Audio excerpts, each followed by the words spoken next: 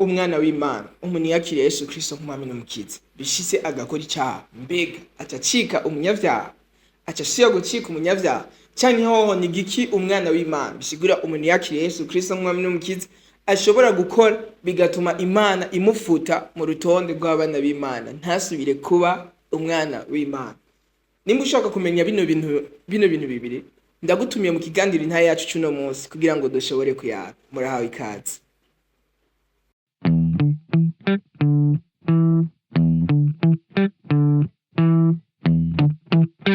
Ego, ndabaramukije mwese, nizera ko muguwe neza.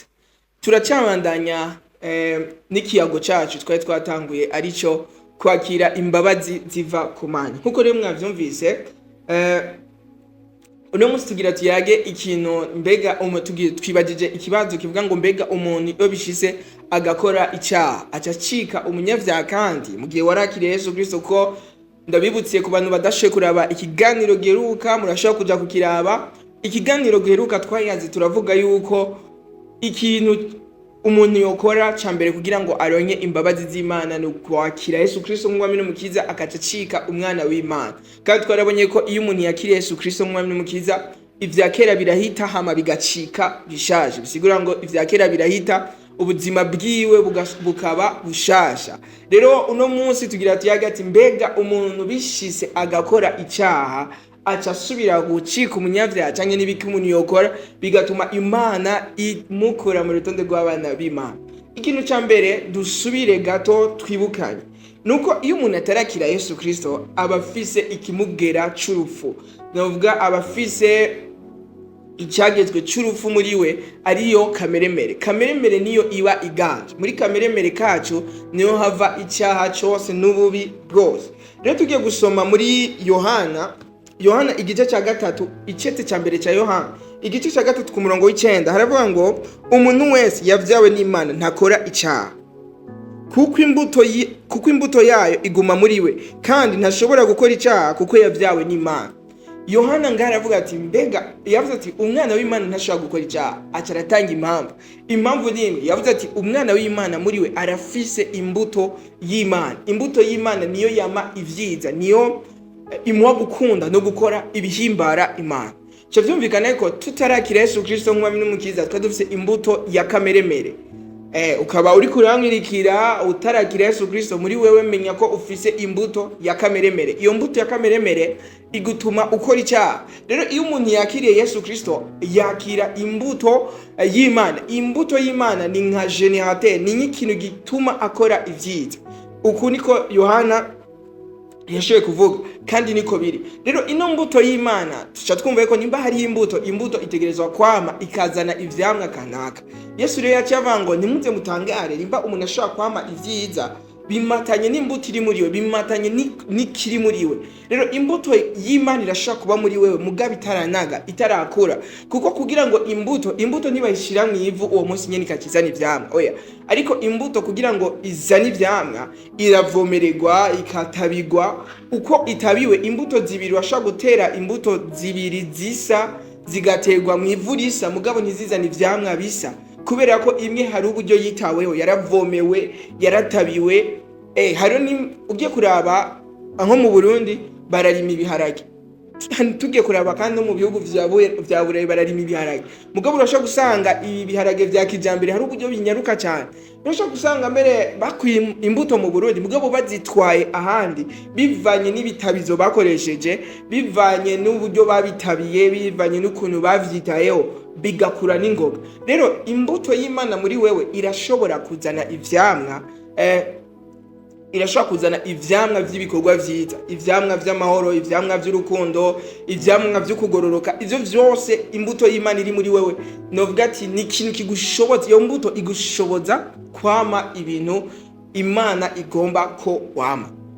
Rero Imana icyo yaraduhaye iyo mbuto rero muri twebwe birasaba ko itabigwa, ivomererwa. Imugiye utavomeye iyo mbuto y'Imana iri muri wewe, kuko ndakwibutse ko twabibonye ko umuntu kare harimo icyo bita kameremere iri mu muntu. Yesu ntiyakuye kameremere yawe muri wewe igihe wamwakira. Kameremere yawe iri muri wewe, kandi iyo nayo n'indi mbuto ya kameremere nayo iravomerwa. Udurabe iyo umuntu yihaye kwamana n'abantu baguma bavuga urusaku, aba ariko aravomera kameremere yiwe. Mu minsi ikurikira yisanga ariko aravuga urusaku. Biyo byagenze gute? Ni imbuto y'urusaku, imbuto ya kameremere izana urusaku yavomerewe, ikira mu rusaku, hama mu buzima bwiwe aca yisanga ivyo ariko aragaragaza. Rero hamwe wotangura kwama, hamwe wotangura kwigaburira, hamwe wotangura kwiyuzuza ijambo, ukiyuzuza amasengesho, ukiyuzuza gukoranira hamwe n'abandi aho uri hose, abo muri kumwe bose, akaryo kose uronse wiyuzuza ijambo ry'Imana, wiyuzuza ivy'Imana, wisanga ya mbuto y'Imana muri wowe iriko irakura, ukaca usanga uri kuranesha vya bindi vyahora bikunesha. Aha niho hambere nashaka ko duhera, kumenya ko igihe wakira Yesu Kristo hari imbuto y'Imana iri muri wewe. Iyo mbuto y'Imana iri muri wewe irakura kandi iravomerwa. Mu gihe wewe wahisemo kuyivomera irakura. Na niyo mpamvu nk'umwana w'Imana urakwiye, Yesu niyo yavuze ngo amaso ni itara ry'umubiri, ngo iyo ijisho ryawe ribaye ryiza ngo wisanga uri kurama vyiza.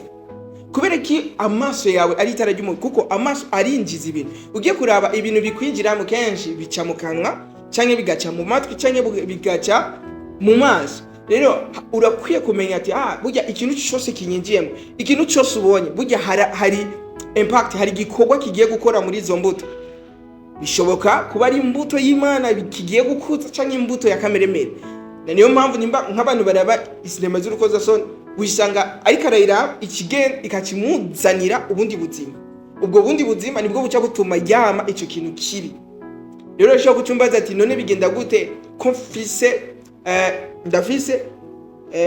ndafise imbuto y'Imana muri jewe, ariko nguma nkora ibibi, nguma nisanga nakoze ibibi, nguma nisanga nakoze ikintu kitahesha Imana icyubahiro.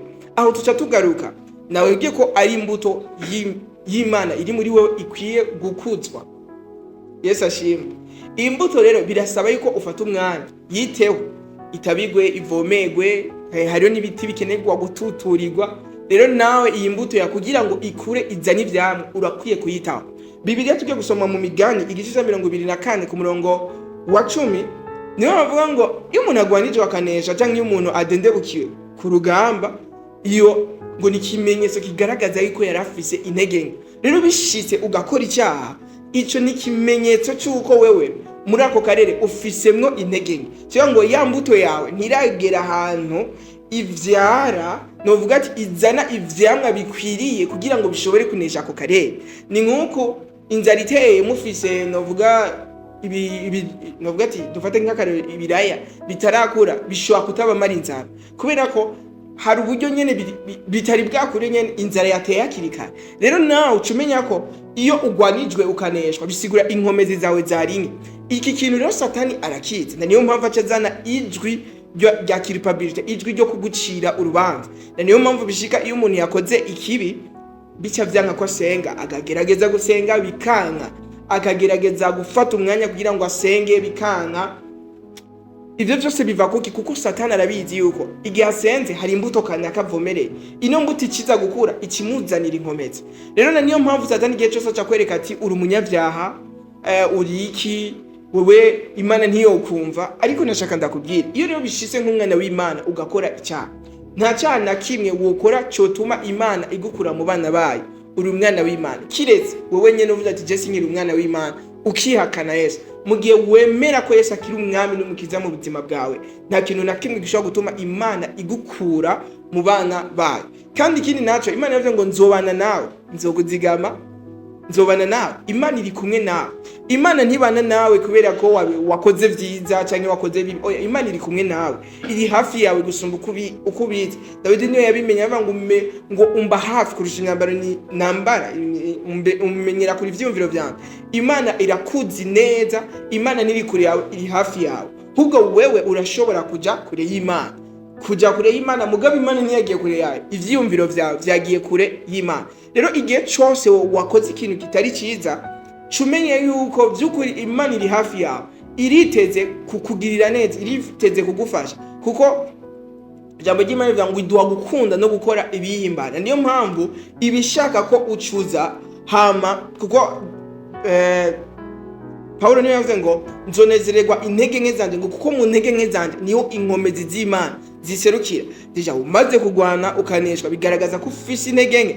Imana rero iciza ikaguhereza inkomezi z'Imana zica ziserukira muri ako karere. Rero mu gihe wakoze ikibi si igihe cyo kucihunga Imana. Imana ntibayihunga, Imana urayegera. Hama Imana umaze kuyegera, Imana iragukiza. Kuko ijambo ry'Imana tugiye kuraba mu Baheburayo igice cya 4, reka turangirize kuri no mirongo. Abaheburayo igice cya 4 ku murongo wa 15 avuga ngo nitwegere intebe y'ubuntu dushize ubwoba kugira ngo turonke ikigongo, tubone ubuntu bwo kudutabara mu gihe gikwiye. Dusomye muri cete cya mbere cya Yohana igice cya mbere ku murongo w'icenda avuga ngo nitwatura ivyaha vyacu niyo yo kwizigirwa kandi igororoka, ico nico gituma itweza ivyaha vyacu vyose. Rero Imana ishoboye byose. Iyo uyegereye Imana yakubabarira. Nta kintu na kimwe ukora cyo tuma Imana igukura mu bana bayo. Kireze wowe nyene uvuga ati jewe Imana ntikiri Imana yacu, kayihakana ukavuga ati je sindayikeneye mu buzima bwawe. Aho ntubugire umwana w'Imana, kubera ko deja Imana tuyizera. Imana icika data mu kwizera. Rero tumaze kwizera, kiretse gusa uvuye muri uko kwizera, naho mu gihe wizera ko Imana ari data wawe, Imana ni papa wawe nyene. Kandi ntituba abana b'Imana kubera ko twabishatse, ariko ni kubera ko iyo yabishatse yatanze Kristo ku bwacu. Akarorero gasanzwe ni umwana w'icangaza. Malgré ivyaha vyiwe, naho yarafise ivyaha vyinshi, Imana yaramubabariye, Imana yamwogeje ivyaha vyiwe, Imana novuga ati se we yaramubabariye amusubiza mu bandi bana. Rero igihe cyose uwumva yuko hari ikintu kitabereye wakoze, si igihe cyo guhunga Imana, ariko ni igihe cyo kwegera Imana, ukayibwira Imana ikubabarire. Kandi iyo usavye imbabazi Imana irakubabarira ikakweza, ibintu byose bigacika bishasha. Rero mu kiganiro gikurikira tuzoca tubandaniriza tuyaga ku kintu ati mbega iyo ijwi ryo mu mutima ririko wumva wasavye Imana imbabazi mugabo wumva umenga ntiwahariwe, nubwo wasavye Imana imbabazi ntiwahariwe. Rero ndagutumiye mu kiganiro nayo yacu cy'ubukurikira. Mwarahezagiwe naho ubutaha.